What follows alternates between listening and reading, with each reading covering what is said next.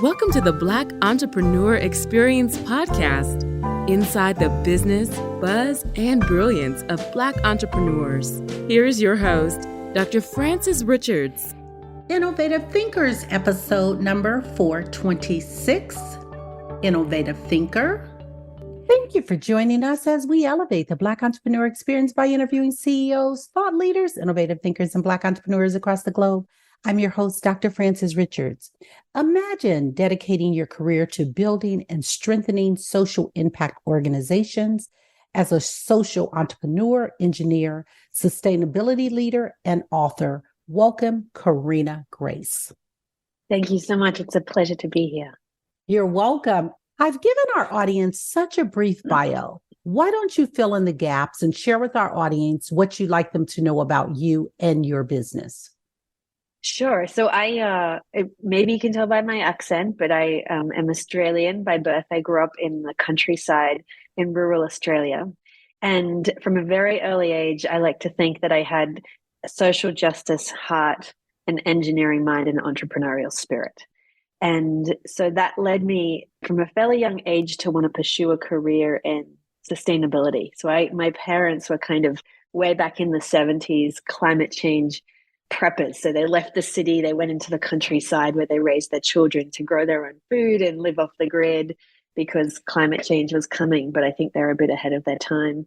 My mum had 3 daughters, and by the time the third one was born, she said, I'm going back to supermarkets and conveniences and washing machines and back to that kind of a more conventional lifestyle. But I think that chip really stayed in me from a young age. And so I built a career in engineering, but going towards sustainability. And when I was in my early 20s, I actually moved across and started to work. I traveled to Central America for the first time. And what I discovered was that in Australia back then, the social justice and kind of climate justice were not really discussed. It was environmentalism on one side and social justice on the other. And what I discovered was actually that there is an intersection of economic poverty and environmental degradation, which is actually what the sustainability challenge is all about. So I reoriented my career and I moved from Australia to Central America in my late 20s. And then as you said, I've been building my career ever since on supporting social entrepreneurs and folks working in social innovation to face these huge challenges that we face right now as a global population.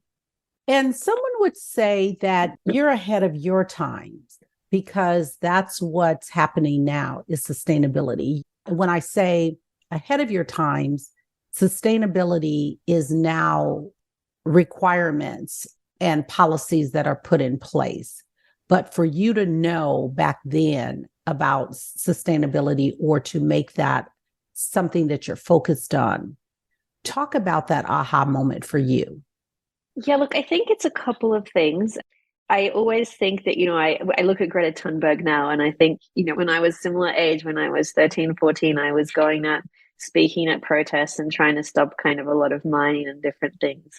I just wasn't quite as eloquent and maybe didn't have David Attenborough as a friend behind me. But so I've always had this concern for life and just justice for life, however it manifests, whatever that looks like. And, I guess that the turning point for me was at one stage, again in my early 20s, realizing I had won the birth lottery. I had been born with this color skin in a place in the world where we had strong safety nets and social systems, and I could go to university for free and get healthcare for free. And because I had that, I therefore had access to a whole lot of other things. And so I guess the aha moment for me was a reflection of one of my favorite phrases. I guess it's a very humbling that I remember is there, but for the grace of God go I. And I have been given a whole lot of privileges because of where I was born and this stack of water that I was born into, this body. And so what do I do with that? And how do I leverage the privileges I have to really support the work that I like to do? So sustainability for me is really about dignified life on this planet for everyone and everywhere, and life in all its forms. And tell us your ideal client. So my work right now is really working. I used to call them the unlikely leaders, because you said something interesting, which is kind of being ahead of the times. And I have found as a thought leader in this space, sometimes I'm too far ahead And I actually think that there is this balance where you can't be so far ahead that people just think you're crazy. You have to kind of come back enough and then pull folks along. And so with really a big focus in the last 3 years, but since I moved to Central America, I've primarily worked with women, Indigenous women, and Indigenous communities. In the last 3 years, I've broadened that, but it's still who are the folks that are not supported by mainstream, particularly in the space of social entrepreneurship, which is where I work. Leaders of color, Indigenous communities and leaders, often women. And so they're kind of 99.9% of the clients that I work with. And tell us exactly what work you do as a social entrepreneur and with these, I like to say, likely leaders. Yes, exactly. So look, when I first came here, I started and built a nonprofit organization, and I ran that for 10 years. And from the moment I started, I knew that I didn't want to have a white woman from Australia leading a nonprofit organization in Central America. For 10 years, I worked to have local women lead that organization. And actually, when I stepped down, it was the first young Indigenous woman I ever worked with became the director of the organization. So as I stepped back from that, which had been my identity for a long time, I just reflected on that. I think the biggest thing for me was, despite speaking English, despite coming from, having an engineering background and experience in the corporate sector in the West, all of these things, how hard it was to do that work and all of the systemic challenges that I faced. And so I thought, wow, if it's really hard for me, how hard is it for other people that are even less supported by the systems?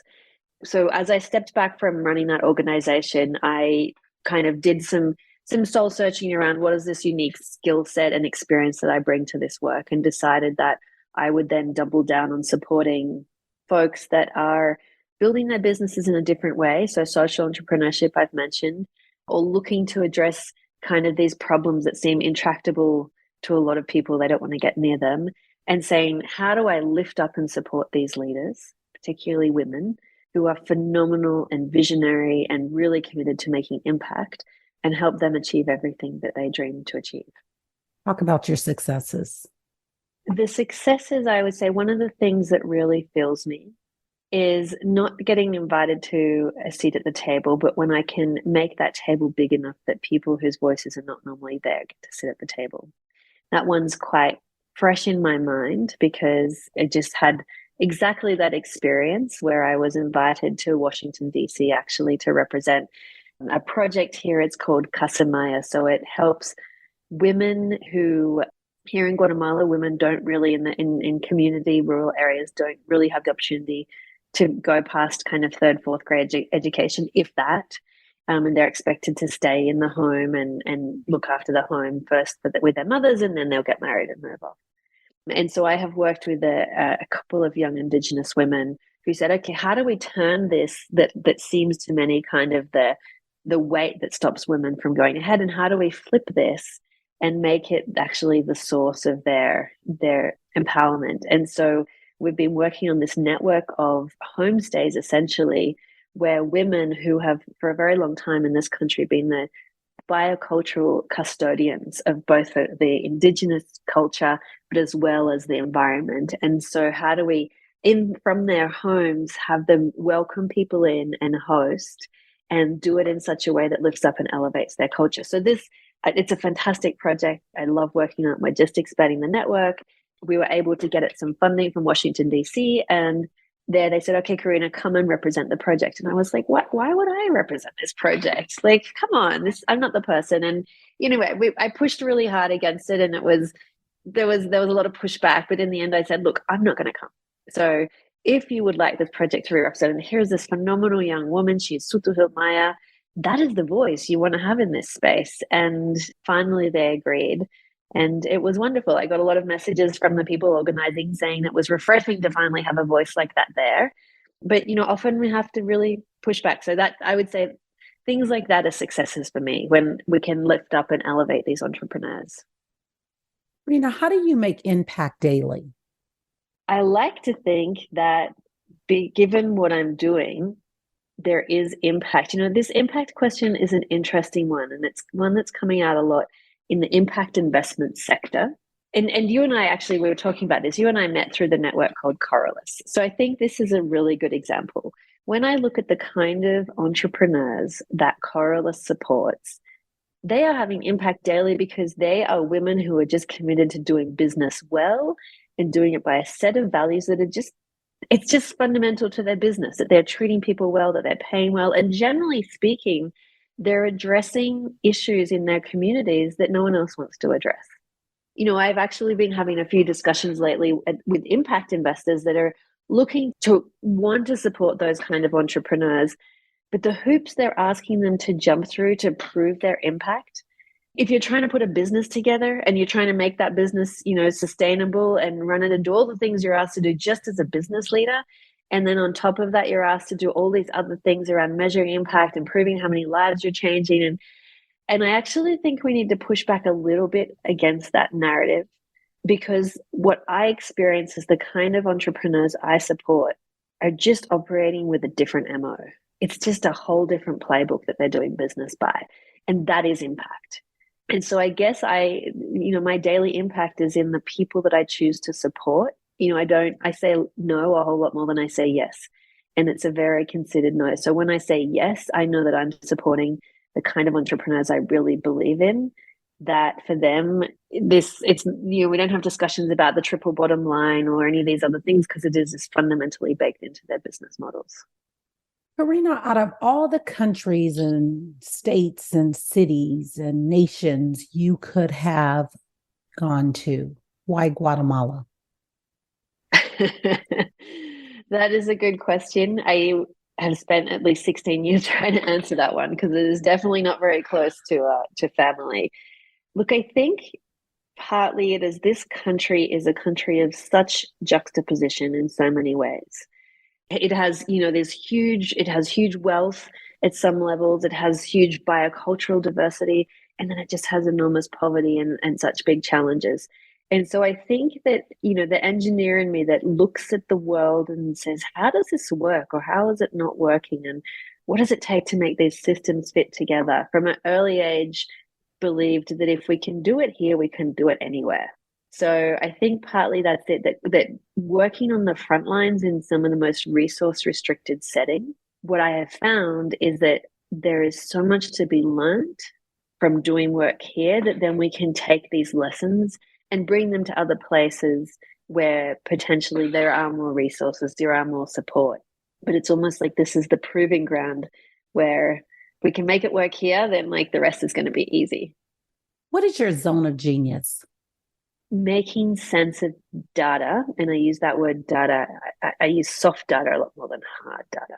So looking at, again, I'm a mechanical engineer by training. So a lot of people would say, I have nothing to do with engineering now, but I like to think that I've taken this passion and curiosity for understanding how things work and why things work and how they come together. And I apply that to the alchemy of human connection. Being able to sense making of things, seeing what's going on and seeing it, not getting caught up in a lot of the emotions or politics of systems, but saying, hang on, there are patterns that are underlying, there are systems that are at play, and then being able to bring that out so that people can see what's influencing below the surface of a lot of things. There are so many brands and businesses that are dominating. Talk about a brand or business that is dominating that you admire and why. Again, I come back to, and I don't know that they're dominating, but the businesses I'm really excited about are the ones that we're seeing from places like Corrina. They're smaller businesses. Here's an example, something, Francis, that doesn't directly answer your question, but I wonder if it takes us there. I was listening to, so there's two things happening in the world of business. So one of the businesses I support here in Central America is a body and beauty business. The woman that runs it, she's a Black woman from Belize. She is dedicated to making beauty an industry that's beautiful, not just for people, but for the planet as well, because the beauty industry actually doesn't have a very strong lens on kind of environmental sustainability, but also doesn't have a wonderful track record around kind of inclusion and equity and some of those other things. And so she has an incredible lineup of kind of body and beauty products. She is employing women that otherwise wouldn't have jobs. She's giving them good jobs. And on top of that, she's actually taking the science of Mayan traditional wisdom. So she looks at what are the ingredients that have traditionally been used in ceremonies for hundreds and hundreds of years. She researches and applies the science and then brings that into these new products. So I love what she's doing. And as I say, if we talk about impact, it is across the board. Everything she's doing has impact. She has a committed to circular economy. It's zero waste. It's low carbon. It's all of the thing. And yet she has investors saying, well, your impact isn't quite enough for us to be able to invest and take you to that next stage. I was then listening to a business that I think they are called the Soapbox. They just sell soap. They sell whatever kind of soap it is. They're huge. They contract with some of the biggest hotels and the Targets and Walmart and those places in the US. And their motto is, okay, for every bar of soap we sell, we give one away to someone in a poor country. It's very like Tom's Shoes used to be. We give a bar of soap away. Now, they are massive and people are throwing money at them because their impact is so huge. I look at those two examples and I think we're thinking about impact in the wrong way. If I come back to the businesses I'm excited about, they're the kind of businesses like this business of Lucy's that's saying, from the beginning, we do everything different. It's not like we keep doing the same thing, business as usual, and then we make it better. The right hand does this and the left hand does that. There's a lot of businesses I've seen in Corralus that are looking at doing packaging different. They're looking at providing services to communities that, haven't traditionally had access to services, whatever they need, whether it's accounting or education. They're the ones that I'm excited by. Talk about your top two mentors or influencers and what lessons did they teach you? So one, I mentioned this young woman who was the first young Indigenous woman I worked with.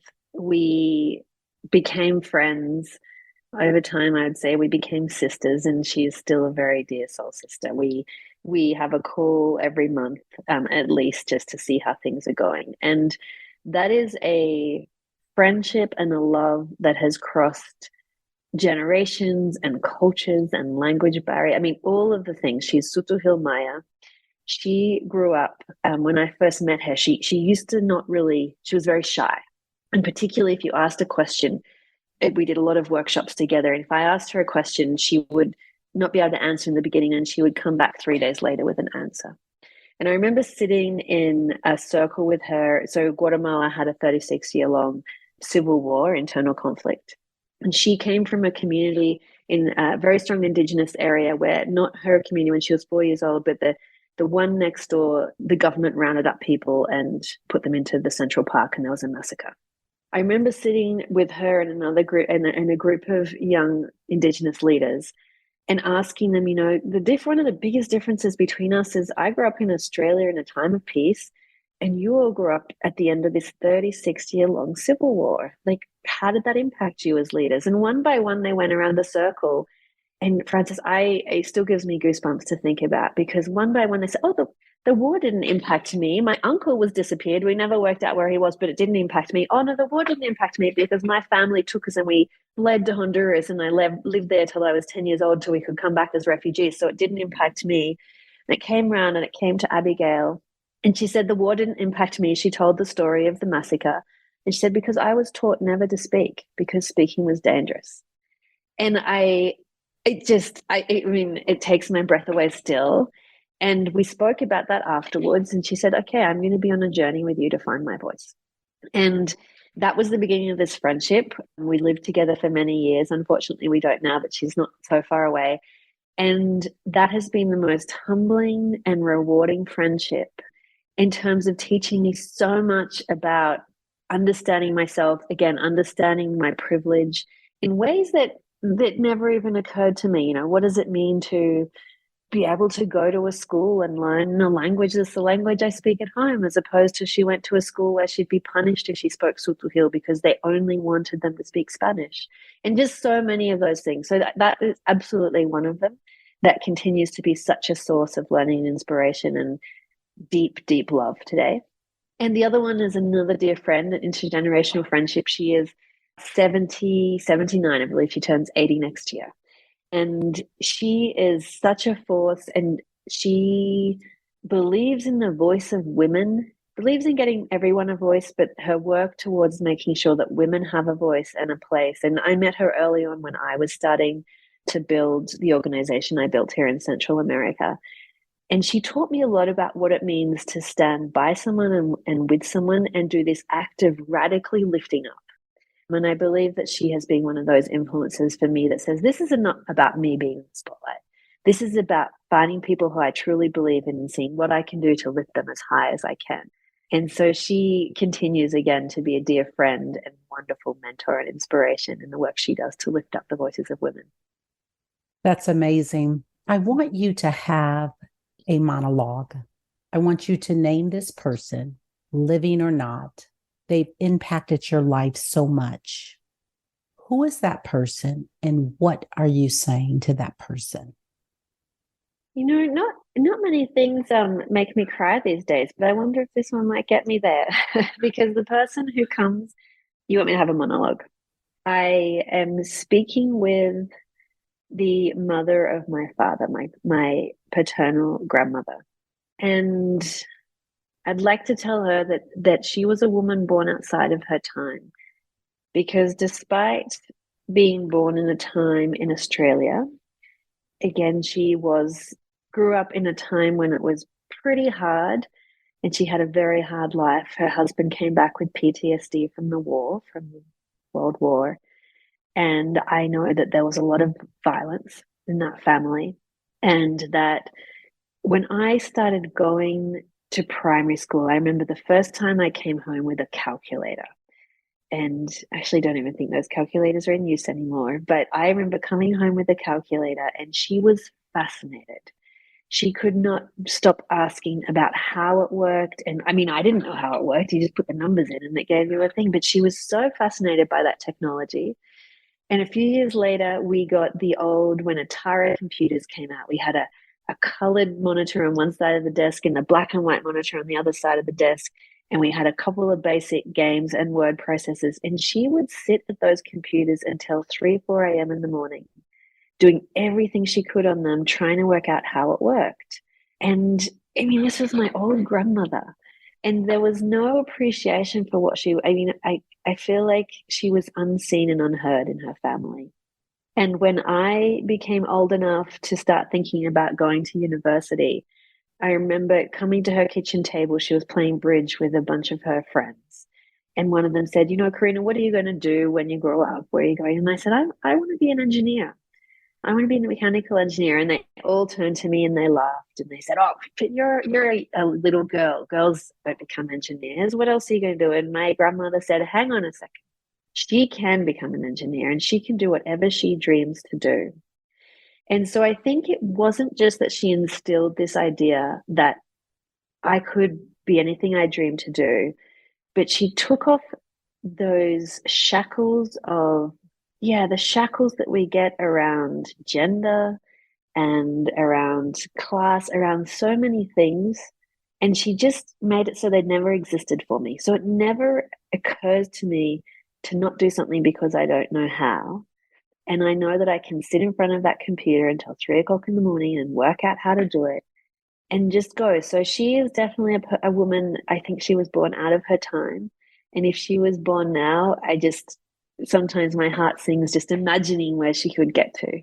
But I think that maybe she lives on in the kind of things that I get to do. What is the biggest takeaway from this conversation today? What do you want the audience to leave with? Frances, to continue on that idea of who gets the privilege of shaping change and who gets the privilege of deciding what kind of future we live in. And this is what I'm really passionate about. I believe at its core, this is why I work with the kinds of women and entrepreneurs that I do, because I look around and I see ourselves giving away our privilege to build the kind of future we want to live in. And a lot of it comes down to feeling like we don't have, across the years and years I've done this work, there's 4 things. We think we don't have the power, we don't have the perspective, we don't have the position, or we don't have the privilege. And that's just not true. I think if there's one takeaway, it's for all of us to reclaim this privilege to shape change, to say, hey, this is the future that my children and grandchildren are going to be growing up in. And we need to lean into that. And whether it's supporting businesses, the making the choice of where we choose to spend our money and knowing that that is a pretty strong act about what we choose to support, or it's actually stepping out there ourselves and saying, hey, we can build things differently and we can do things differently. When everyone else turns right, let's go left, because that's what we need right now at these times. We want to shift gears to an attitude of gratitude. And I want you to have what I call is a thank fest. And I want you to thank people and situations that has impacted your life. I am thankful to all of the mothers, particularly my mother. But as I see now my sisters coming into mothering and my friends, I don't actually have children myself. And I am in such awe and gratitude for these women who are doing the very hard work of raising children and making sure they raise them well. And every time raising them better and with more, more thinking and insight and trying to improve on the generations that came before and raising them for some challenges.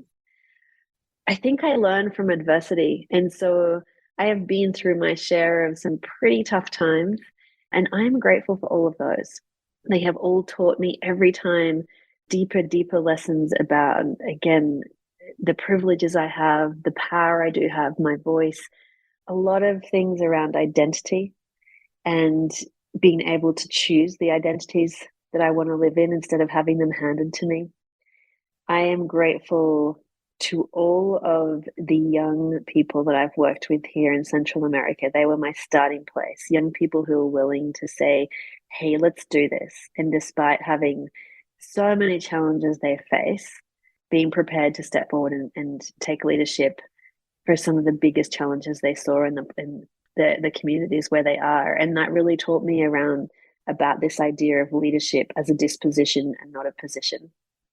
I am grateful to my network of sisters around the world, not just my 2 biological sisters, but the women who have really supported me on this pretty crazy journey that I've been on. It's definitely a non-linear and non-conventional path. And there have been times when that's been really hard. And those voices that say, hey, we've got you. You're on the right path. And if you need a break, we're right here. And so definitely grateful to that network of women. What is the advice you wish you had followed? Don't marry that man. No. Probably the only one. It's an interesting way, because I feel that in that question there's potentially a sense of regret. But to be really honest, as I said, I've had some challenging times. I've had some scary times. I've had definitely living in one of the most dangerous countries in the region. I've had times that I wasn't sure if I would make it out or make it ahead. And yet I have, and I'm here, and I have learnt from all of that. So maybe there's advice I should have followed. Maybe there's advice I shouldn't have followed. But at the end of the day, I think it is the attitude you hold around the experiences you have that actually can really shape the work that you do. So I'm grateful to be here. What is your next? What's on the horizon for you, Corrina?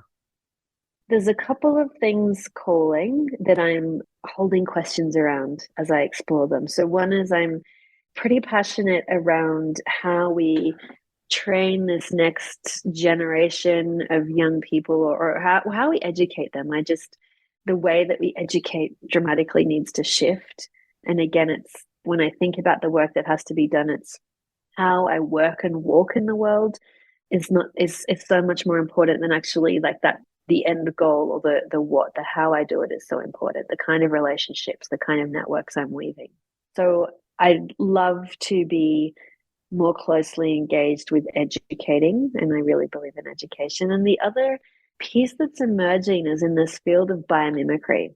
And so again, the engineer in me is really attracted to this concept of biomimicry. But I actually think that a lot of where we'll be going in the future needs to come from learning from our Mother Earth. Where we can take solace in the fact that we live on a planet who knows how to do life and knows how to do it well. It's just all this like humans on top of it inhabiting it that we haven't necessarily done it so well. And so if we can look to and learn from nature, not just for our technical solutions and our product solutions, but even for the way we organize as humans, the kind of organizations that we're building, the kind of ways we put it together, there's something there that's got me hooked, that's got caught my interest. So that's those two areas are where I think I'm going to be exploring into. Let's take a snapshot of the last 30 days. And what was your biggest win?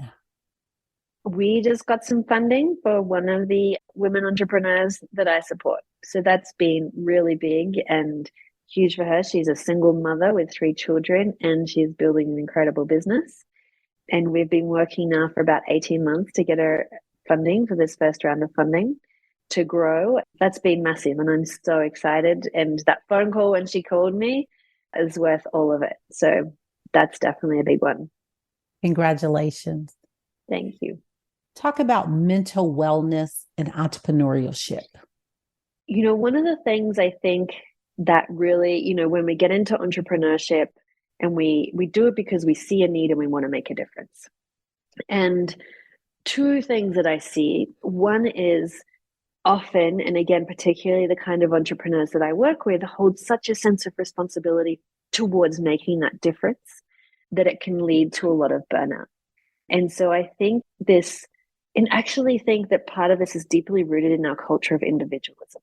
Because if we are stuck in this culture of individualism, then it's only natural that I see a need and I assume that I must be the one, you know, I built a business around fulfilling that need, and then I assume that I must be the one to do everything. Particularly in this place of climate change and all of the racial justice, all of the work that we need to do, we have to come back to the idea that we cannot do it alone. And so part of that comes out from breaking this idea of individualism and coming back to the sense of we are in community, we are deeply interconnected. And how do I trust that I do this piece and the other people around me, these other entrepreneurs, the other business leaders, civil society leaders are doing the other pieces? And so I really think that this burnout that we get comes a little bit from that sense of individualism and the idea we have to do it alone, and it's just not sustainable. And the second one I think of, and this is something I learned, I talked about Abigail and this sisterhood I have with this Sutuhu young woman and her mother, actually. And one of the things I've learned a lot from that relationship and working with Indigenous communities is that our Western view of time doesn't necessarily serve us. So in the West, we have, in our capitalist kind of culture, we have commodified everything, including time. And anyone who's ever said time is money, that is a symptom of the commodification of time. And I remember sitting with Abigail one day and we were talking because I was trying to build this organization and I was talking about time is money and the importance of these deadlines and we had to move through and everything was with a sense of urgency. And she turned to me and said, okay, so if time is money, have you commodified our friendship? What's the value of us sitting here sharing a cup of tea? And I went, oh my goodness. And from that, I started to see how there is a Western paradigm that absolutely commodifies even relationships. And if we move constantly under this sense of urgency, we are constantly working under this idea that I build my worth through my work, I build my relationships through transactions, and that doesn't work. And so how do we let go of that sense of urgency and settle into a sense of importance? And we'll get a deep sense of this is the right thing to do now. How do I be in right relationship with the people around me, people I work with, whatever that is. But yeah, shifting from urgency to importance has been a huge lesson for me. And I see it again in lots of entrepreneurs. That was profound. Thank you for that. Fill in the blank. I am better because I am held by a community of people that I love and respect, who hold me accountable for the work I do. The word is play. How did you or how will you play today? I am going to my garden. I have a very scrambly garden that if you look at it, you may not know it's a garden where I'm growing things. But I'm playing with the idea of if I feed this soil And if I feed this place, this piece of earth that I get to play in, it might feed me back. And it may not look like neat rows that are carefully weeded and organized. And I'd be honest, half the things I don't know what they are. They're just coming out of that soil. But there's kind of an abandonment that's just giving up control that I love there. And so that's an edge of play because I think giving up control is the practice I need to do daily. Why? Talk about your why. Why do you do what you do? Because I believe strongly in justice for people on the planet. And that is my North Star in everything that I do. What have you not done in life that you dream about often that you would like to do? I think there's one. It's frivolous, it's maybe connected to play, but I am a bit of a sucker for learning. Like, I really enjoy learning. So back when COVID was on, I was actually homeless for almost 3 years of COVID because I couldn't make it back to Guatemala. And so I moved around and I cared for people's homes. And when I did that, I had 3 months where I had to spend time in a house where there was a lot of wind. And I do not like wind, it bothers me. And there was a lake and wind. And so I was there on the lake and there was this wind here. And I thought, I can't stay here and be bothered by wind for 3 months. That's just going to be unpleasant. And so I thought, what can I do to change my perspective so that I develop a love for wind? And I ended up taking up this crazy sport called wing foiling that I knew absolutely nothing about, that I still don't know a whole lot about. And I threw myself into the wind and the water and I started trying to learn this thing. So this is my current challenge. That's play, but it also scares me just a little bit.